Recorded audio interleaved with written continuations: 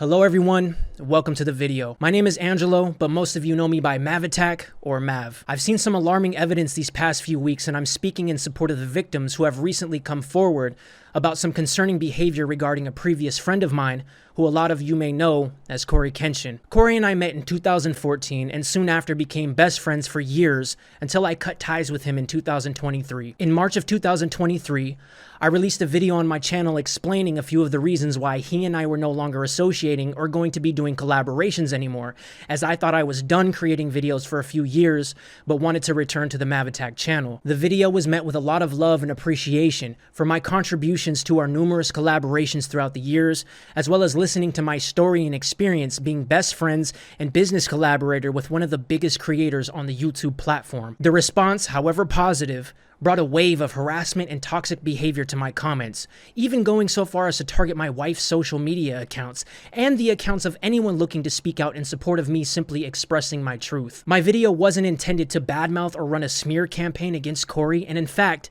I mentioned how I believed he was still a good person at the time. In the video from 2023, I mentioned details such as how I never cared about what he gained from his success, and I just wanted to enjoy time with the person I connected with before his channel truly blew up. I also expressed frustrations at the time and vented to a friend of mine who Cory had a previous fling with about how Cory wasn't interested in speaking publicly about people harassing his close friends and family during his long content breaks. This friend of mine at the time would post about Cory on a gossip website while mentioning me by name, which I felt I needed to come clean to Cory about. He forgave me for it. I just wanted to be free from the public thinking we were still close and hounding me, even up until that point, about where Cory was. While there were positive comments, I dealt with numerous forms of harassment. Harassment that included insults, threats against my safety, and even claiming that I was a white man trying to weaponize sympathy against a black man, which, if you knew me, you would know that I'm an ethnically ambiguous person of color. In my experience, this was an attempt to try and invalidate my identity,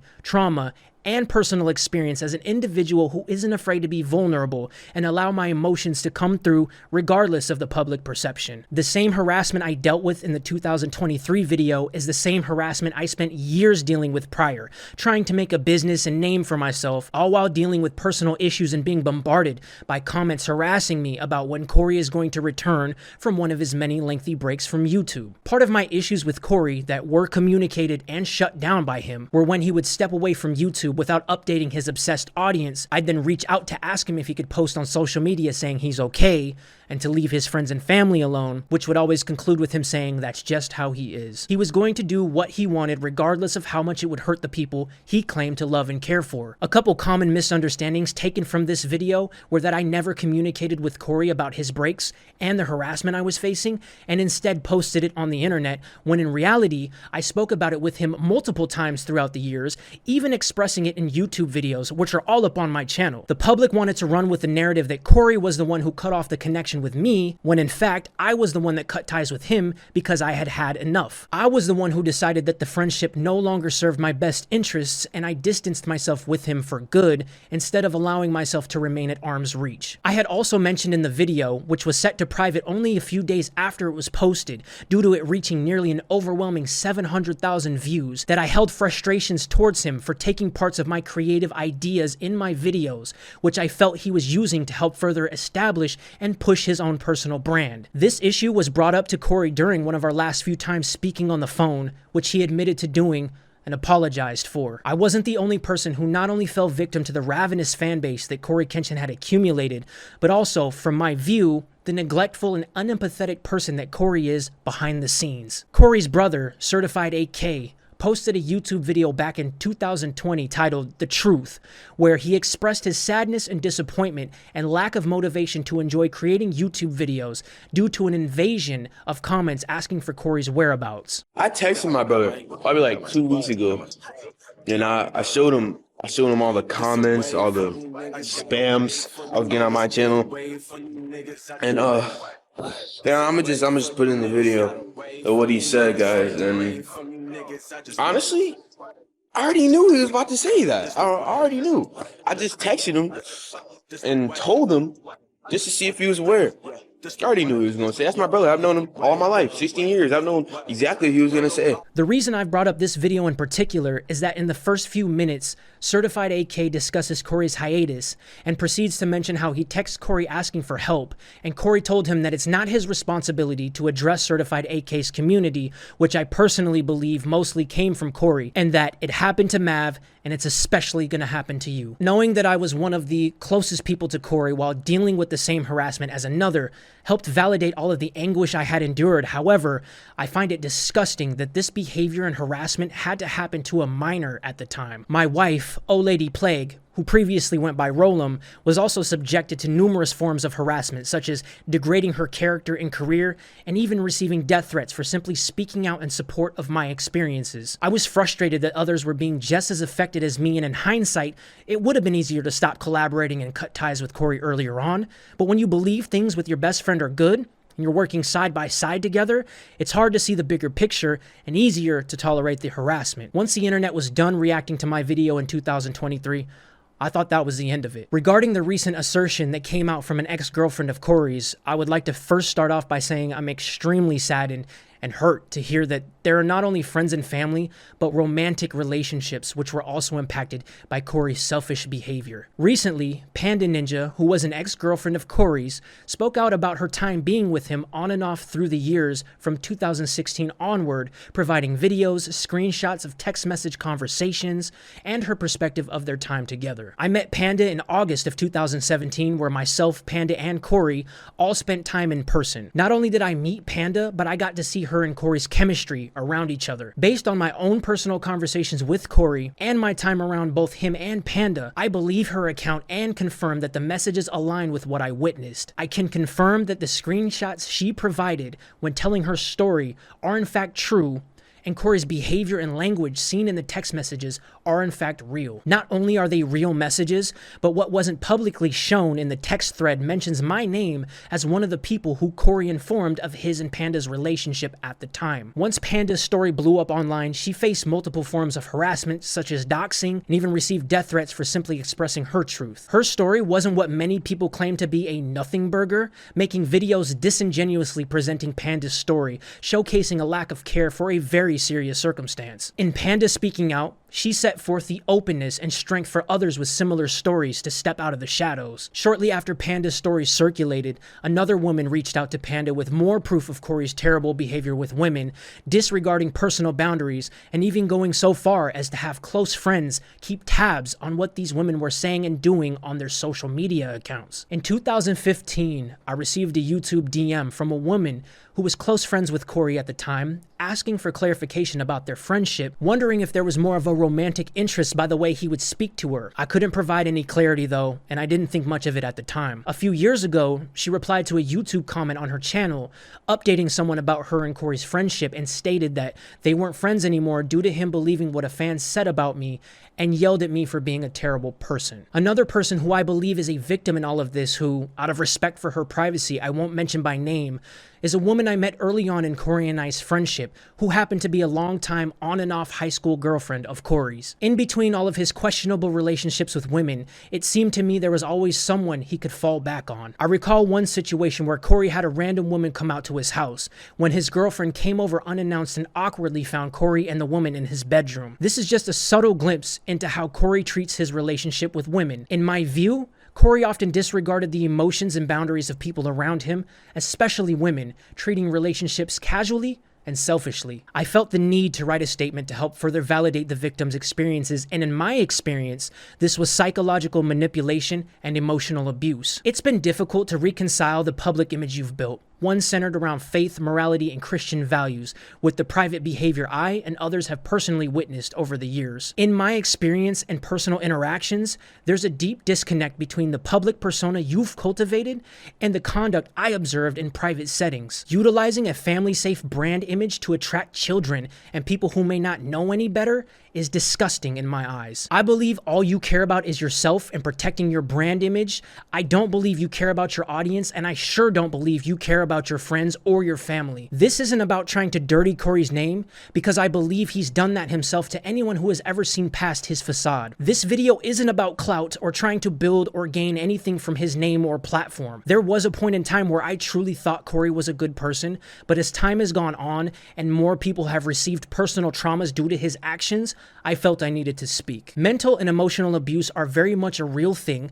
that is typically not taken seriously by society at large, especially when it comes from a woman's voice. Just because someone isn't physically abused doesn't mean we get to take the victims' voices lightly. What I have personally witnessed and gone through, and what others have shared, all mirror emotional abuse to me. The last text Cory sent me mentioned that he was hopeful to change and repair things with his mother, because the same anger he had towards me, he held against her, and maybe their relationship wouldn't have to decay the same way ours did. Not only do I believe that you haven't changed, but from my perspective, you continue to misuse the influence you've been given, taking advantage of situations and people when it suits you. In my experience, your behavior has followed a deeply harmful pattern that echoes emotional and psychological manipulation, all the while being enabled by the ones so dedicated to keeping your name in a good light. You've given millions the false impression that you're a man of God and that you're a beacon of light, and from my perspective, the culture surrounding your platform mirrors the harm I believe you've caused behind the scenes, reflecting a pattern of disregard towards women, close friends, and those who once trusted you, including myself. Cory's fanbase has at times engaged in patterns of misogynistic harassment, particularly towards women and those who speak critically or share personal experiences. While creators can't control every follower, the absence of public acknowledgement from Cory has contributed to a climate where this behavior is often left unchecked. In my experience, this is a massive parasocial problem, and Cory's fanbase is a huge example of the lengths people will go to defend someone they know absolutely nothing about. I also do not fault Panda for reacting the way she did after her experience was shared. People who are on the outside looking in will never truly understand the attention and scrutiny you'll face when dealing with a massive slice of the internet, especially when speaking your truth about a large figure in that space, and how easy it is to spiral, causing one to potentially change information on their account, hide content, or even deactivate altogether. You can't know how to handle or manage when you're going through that constant pressure,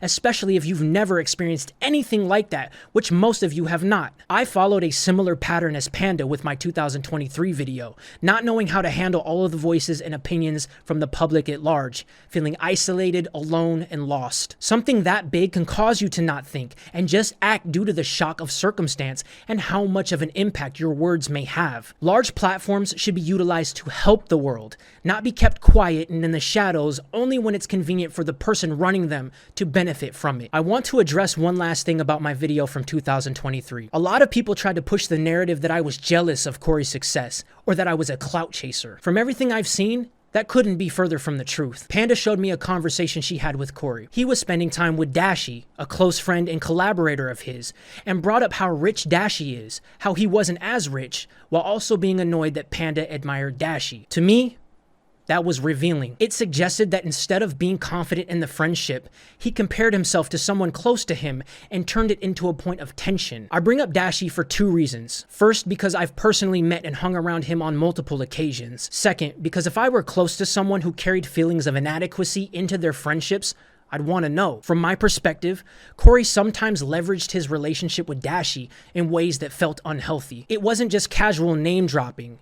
It came across like he was using it to provoke Panda, to test her, even to create arguments. The effect was that even something as simple as a birthday wish could turn into a conflict. In my view, that shows a pattern of emotional manipulation, not for connection, but for control. That's why I believe it's important to talk about. Because when you see someone consistently using situations or people to create distance instead of closeness, that's not just insecurity, it can be damaging to the people around them. I was never jealous of Cory's success. Jealousy isn't telling Cory's community off while still wanting to work with and enjoy my time with him because he was my best friend, even though I hated the toxicity of his community. I believe wanting to see the fruits of my hard work and labor day after day is not being jealous. I was never jealous of Cory. I'm taking this time to take accountability for not standing up for women because in the past, I was ignorant to them seeking help regarding Cory. Moving forward, I'm no longer letting those voices remain silent. I want to make it very clear that this statement is not an attempt to slander, defame, or cause harm to Cory. This is a statement rooted in my own experience, observations, and in support of those who've been affected, which is being shared in good faith and for the purpose of transparency, incitement of dialogue, and accountability. I felt manipulated by Cory's actions and emotionally harmed by how he treated me and others, and I believe that a public apology and acknowledgement is not only justified, but very necessary for healing. Thank you so much for hearing my voice. And now, standing side by side with me, here is Panda Ninja, who has a few things to say. Panda, I want to thank you so much for your courage and you speaking out and presenting everything in your story. The floor is yours. Thank you, Mav. I'm Panda, also known as Panda Ninja, the one you mocked, misquoted, and tried to bury under your projections. Guess what? I'm still here. Surprised to see us in the same video? Yeah, we figured. Instead of letting strangers rewrite the story, we're saying it ourselves. Direct and unfiltered. Awkward, isn't it? You weren't ready for this. This isn't about canceling him. It's about accountability. Canceling erases people. Accountability forces them to face what they've done. If that feels like canceling, that's because nobody's ever held him accountable before. Here's the truth. He didn't need to put his hands on me to leave scars. He punished with silence. He messed with my head. Gaslit, love bomb, disappeared, then spun the story to make me look unstable. That was control. The way he treated me left me feeling mentally and emotionally abused. It wasn't just me. Others around him felt it too. Everybody swears they care about mental health until it's right in front of them. You can't claim to fight for it while weaponizing it against survivors. That's not support, and it's why so many shut up and suffer in silence. And no, I didn't post every detail. That doesn't mean it didn't happen. It means I was protecting myself from him and from the internet circus that never shuts the fuck up. Also, y'all ran with some essay shit I never even said. Not once, not hinted at all. But because reading is hard, and critical thinking is extinct, you turn your own fake headline into a whole narrative. I said he didn't do that. I repeated it. The fact I had to say it over and over proves you weren't listening. You were twisting on purpose. Just because it wasn't essay doesn't mean it wasn't abuse. Doesn't mean it didn't damage me. If that still doesn't click, you're not confused. You're willfully ignorant. And I'm not here to babysit anybody through common sense. Nobody told y'all to run like dumbasses making up storylines and believing lies. I don't owe anyone any updates. Especially not people who only show up for the drama. You don't want truth, you want content. And because I don't post on your schedule, suddenly I'm hiding or lying. Bitch, please. It means I'm not desperate for attention like the rest of you. The same people calling me a clout chaser are literally the ones posting shit for attention. Y'all made hate videos, ran your mouths, and tried to go viral off me, but somehow I'm the fucking problem. As if the damage he caused wasn't enough, then came the fake accounts. Thread after thread of lies, posts with words I never said, messages I never wrote. Some even claimed I edited conversations. Like, that makes sense. Y'all couldn't even tell the difference between Xbox and Discord, dude. Then you went and made a whole Xbox account, or maybe you just recycled the one you already had. Who even knows? Either way, the desperation was showing because nothing screams we've got truth like faking accounts and inventing posts. All that effort just to make someone innocent look bad just to protect a person you think matters more. Strangers who knew nothing were pretending to be credible witnesses. They didn't solve anything. They just put his toxic fan base on display. And the funniest part, you call me weird? But nothing's weirder than strangers spending hours creating lies about someone they don't even know. You two, tell me again, who's weird? And the worst part, he chose to sit back and let it happen. This is the man who calls himself a Christian. He allowed harassment to happen in his name. He stayed silent while others did the fighting for him. And he built a brand on values he never lived by. Christian on Sunday, manipulator every other day. Tell me, what's Christian about that, fucking coward? And don't get it twisted. Bringing up his religion isn't crazy. He built that image himself, wore it like armor, used to sell himself as someone pure and untouchable. This isn't about belief. It's about behavior that never lined up with the values he claimed to represent. There's a difference. You don't have to believe me. Truth is, most of you never wanted to. You dragged me before I even had the chance to speak. And let's be real, nobody else came forward because they saw exactly how I was treated. They stayed quiet out of fear. And I can't blame them, really. When I went on lives to explain pushing through stress just to be heard, y'all ignored the words and clowned how I spoke. Like, that's what mattered. Let me spell it out for you since most of you clearly don't know me. Stress triggers medical conditions I live with. When my anxiety spikes, I stutter, always have, and I also deal with chemo brain, lasting side effect of cancer treatment that messes with memory and speech. That's why I chose to write. Even then, it wasn't enough. You guys complained, mocked me, you picked apart like my pain was entertainment, like I was nothing more than a sideshow for you to tear down. Some of you even said I was writing in poems. Let's be real. I write better than half of you stupid ass people anyway. Y'all just uneducated and just don't know how to do shit or read for that matter. I didn't do this for you. I did this for myself, for every person he damaged and tossed aside like they were nothing. You don't know me. You don't know who I've stood with, who I've buried pieces of myself for, or how deep the scars run from people like him. You don't even know the basics, my color, my food, my grind, my bloodline. Instead, some of you were ignorant enough to decide I must be white just because I'm light-skinned. Like somehow that would make it all less serious, like the damage wouldn't matter if you could erase my culture out of the story. That's racism.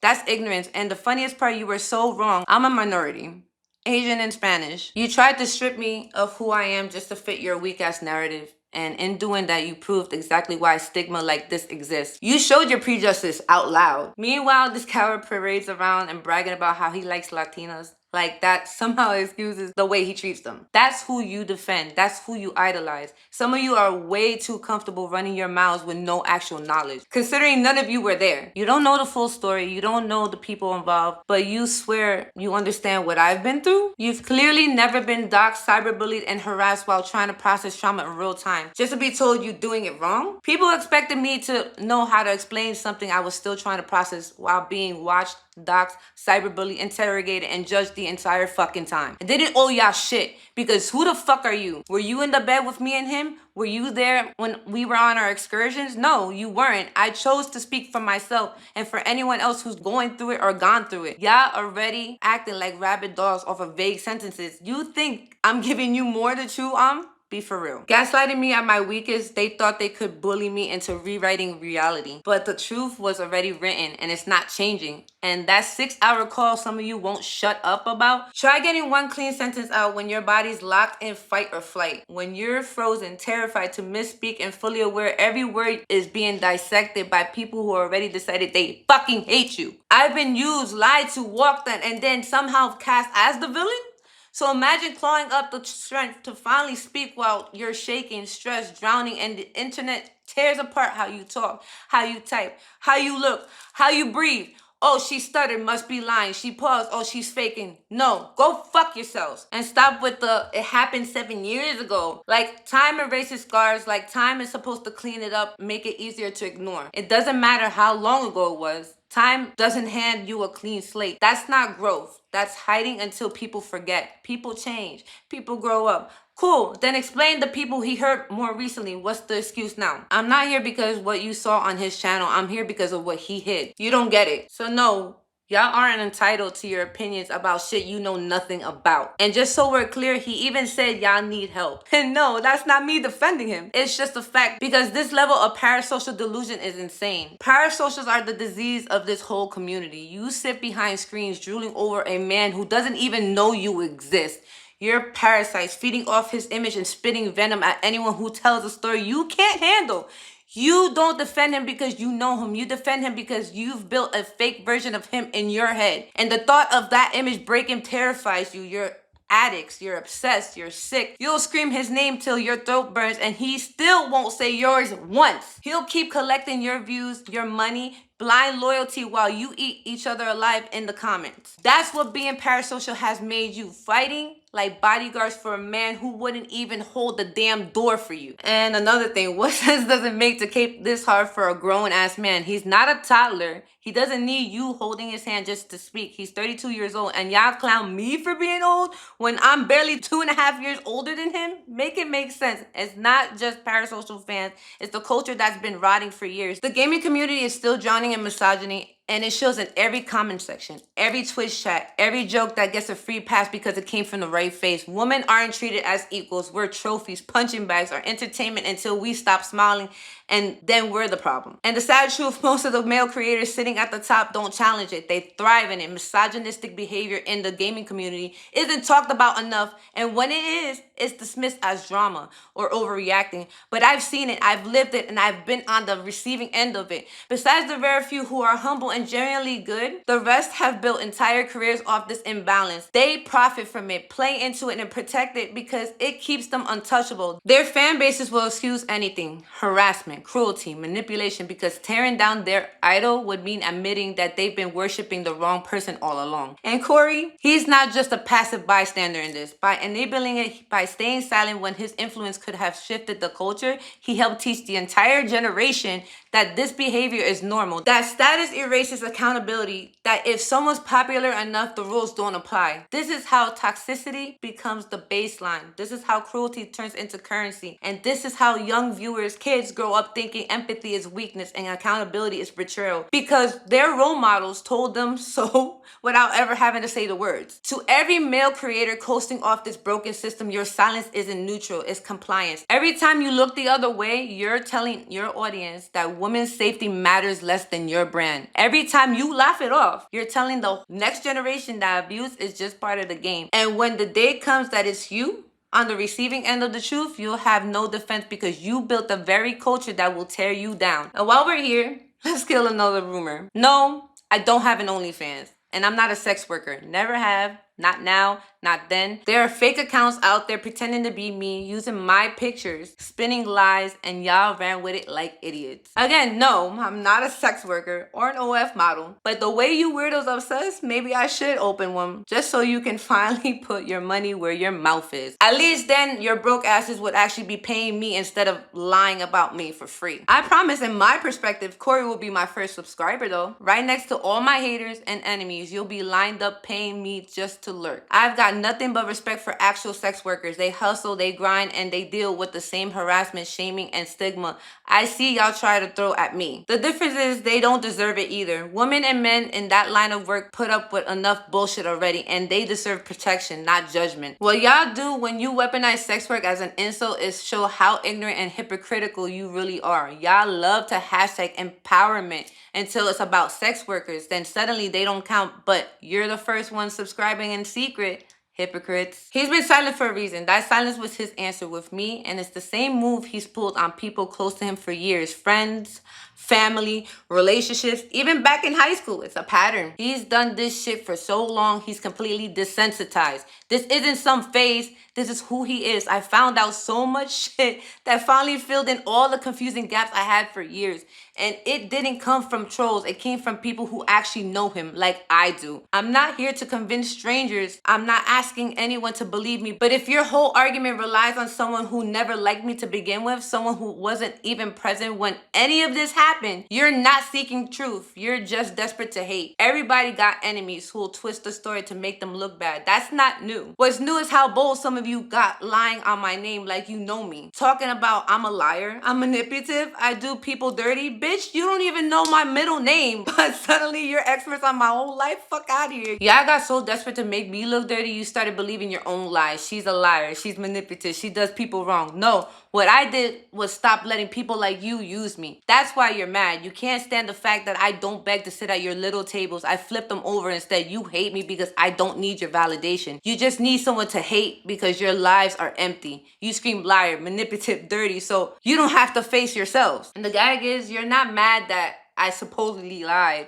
You're mad that I grew. You're mad that the girl you thought you could walk all over turned into a woman who will stomp the fuck out of your lies. So to the people saying he ghosted me, no, he didn't ghost me. He punished me with silence because he knew that was the best way to manipulate me when I was at my lowest. He knew exactly how to twist my emotions and keep me hooked. But that girl, the broken one he thought he could control, she doesn't exist anymore. I took time for myself. I healed, and I'm not her anymore. I never needed him for clout. I never used his name to build myself up. I had the chance plenty of times, and I didn't because not everyone is desperate to be famous. Some of us were just living our lives, creating content for fun, not to ride somebody else's wave. When Cory asked me what I wanted for my birthday, I told him I wanted to see him, of course, but I also said I loved to meet Dashi. Instead of being happy to share that moment with me, he got angry, he yelled, he hung up on me, and then disappeared for a while. And then later on, when he did come back, he kept bringing up Dashi on different occasions, not in a neutral way, but in ways I knew were meant to get a reaction out of me. It felt like he was dangling Dashi's name in front of me just to test me, just to start arguments. For me, that shows something something deeper. He wasn't just upset about one conversation. He was taking someone I genuinely admired and twisting it into another way to punish me. To make me feel like I was wrong for asking for something so simple. Even my birthday wish, something that should have been positive, became another tool he could use for control.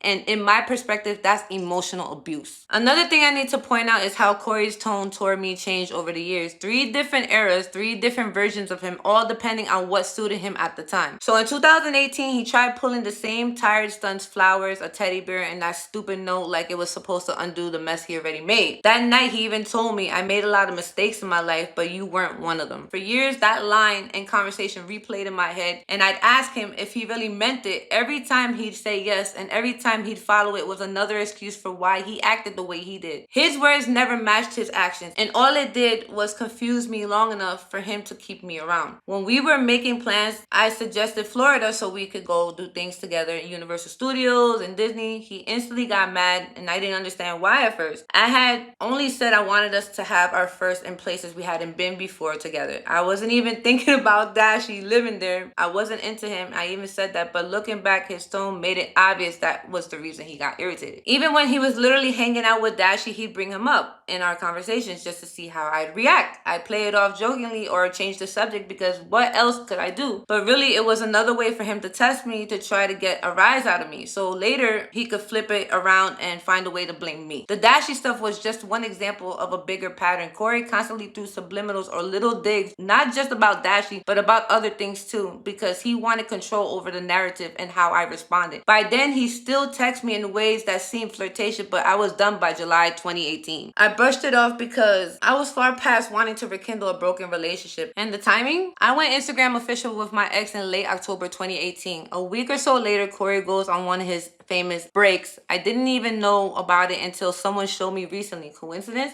Maybe, but the timing is suspicious. 2019, he hits me up out of nowhere saying that he wanted to fuck up my life some more. He told me he had every reason to be my friend, but I had plenty of reasons not to be his. Then suddenly he's claiming that he loved me and that I didn't do anything wrong except for one thing. He brought up this kiss from years earlier. I had already explained to him many times that it wasn't intentional. I was on an acquaintance stream. His sister came over to kiss me on the cheek. I turned my head by mistake and it landed on the lips. We laughed it off because it was a funny accident. Cory was literally watching that stream live, but he never let it go. Even though I explained it over and over, I had to apologize for something that wasn't even real. And yet he's the one reaching out to me about it later, acting like some bitter ex who couldn't handle the fact he no longer had control over me. 2022, when the end situation came up, he shifted his tone again. Suddenly, I was to blame all over again. He told me, I recall having deep feelings for you. We had fun together. There were factors why we didn't work out. Then he threw out, you were hugged up on some dude on a Twitch stream, which never happened. From my perspective, he must have confused me with one of the 1,000 other girls he stalked. So which one is it, Cory? In 2018, you're trying to act like the one who still cares. In 2019, you're bitter and aggressive. In 2022, you're rewriting history to make me the problem. To me, that's manipulation, and it proves you'll say whatever version of the story makes you look better, even if it means painting me as a villain in your script. And that ties directly into another lie he spread. Cory told Mav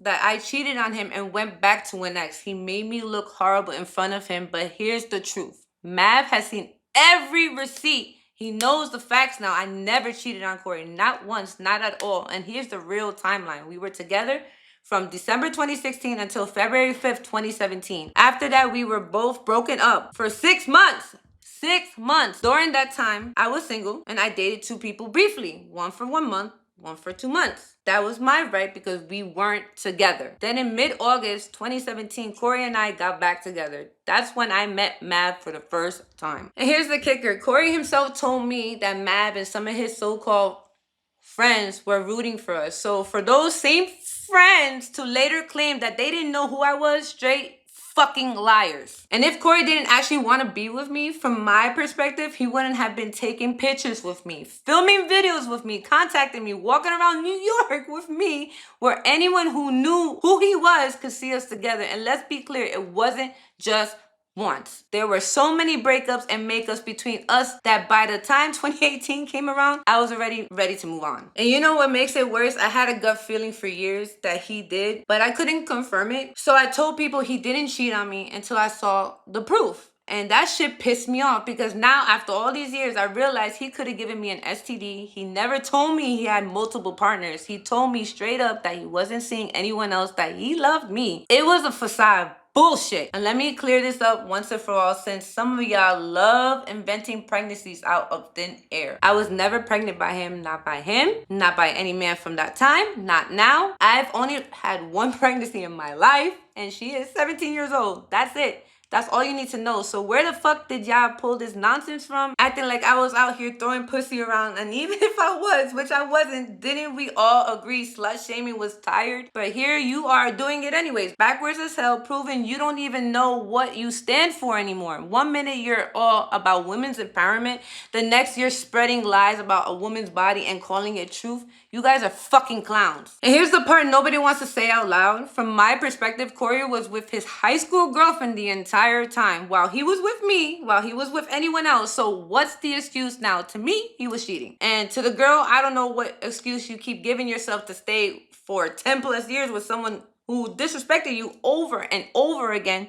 Maybe you're a victim too. Maybe you've got something over him. I don't know. But here's what I do know. Don't come checking me. Check your man. Because from where I stand, he's a pathological liar who kept you a secret so he could play single and feed the obsession of weird bitches online and keep his double life intact. I had no idea you even existed, and that's the truth. You were hidden so he could keep doing whatever he wanted. And let me tell you something. Being someone's secret isn't loyalty. It's humiliation. And let's be for real. This whole time, it looked like you were his secret baby mama. Oops. There's a difference between privacy and secrecy. Privacy is about healthy boundaries. Secrecy is about hiding the truth for self-protection or to avoid accountability. One is respectful, the other is deceptive. And I've learned the hard way which one I was dealing with. I need to talk about the subliminals Cory threw in his videos. When he wanted me to feel special, he'd sneak in little hints, stuff only I would catch, just to let me know he was thinking about me. That was his way of pulling strings without ever having to say it out loud. But in 2022, he flipped it in front of millions. He went on this whole rant about having a crazy ex.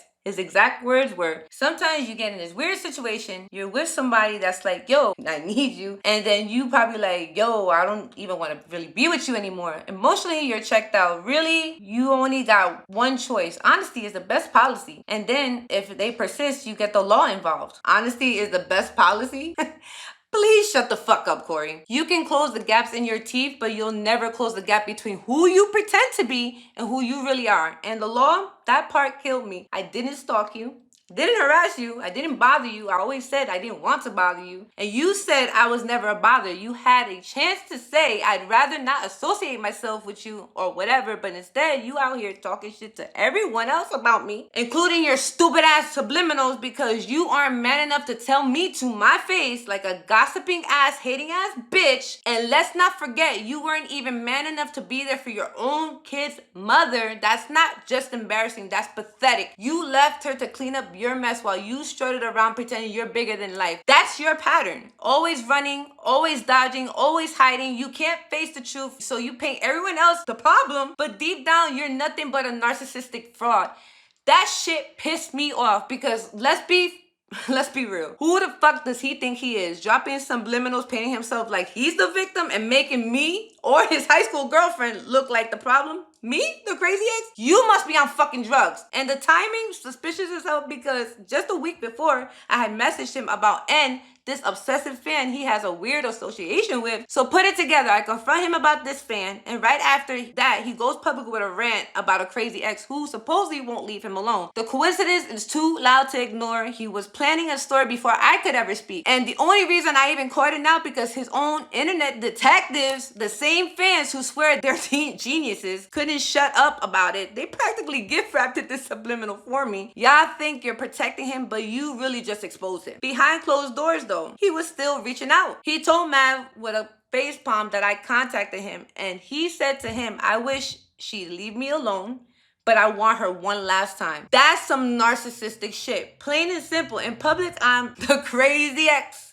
he supposedly needs the law to protect himself from. In private, I'm still the person he wanted to keep around for his convenience. You can't have it both ways. You don't get to brainwash millions, then admit behind the scenes you still wanted me. That's not honesty, that's manipulation. And I'm done letting him script my story.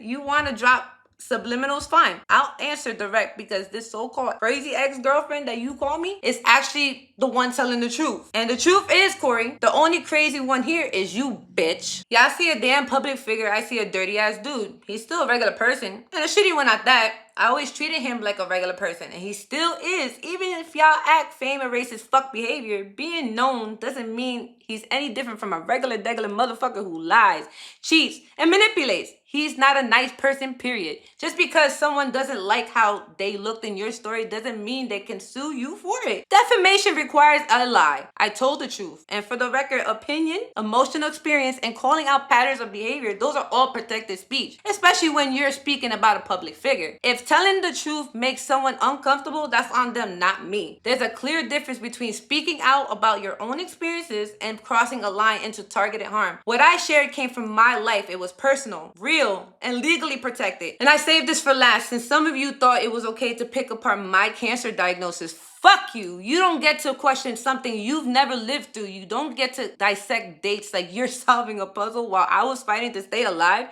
You weren't there. You didn't feel it. And unless you've gone through it yourself, you have no idea how much pain I was in. February 7th, 2020, I had triple negative breast cancer, stage 3A, one of the most aggressive types. So let me give you a fucking visual, since clearly some of you need one. A chemo port in my chest. Look, scar right here. Over 10 surgeries. Needles at home just to keep my red and white blood cells from bottoming out. Fever spiking to 104 for hours. When those needles stopped working. Being hospitalized on a COVID floor.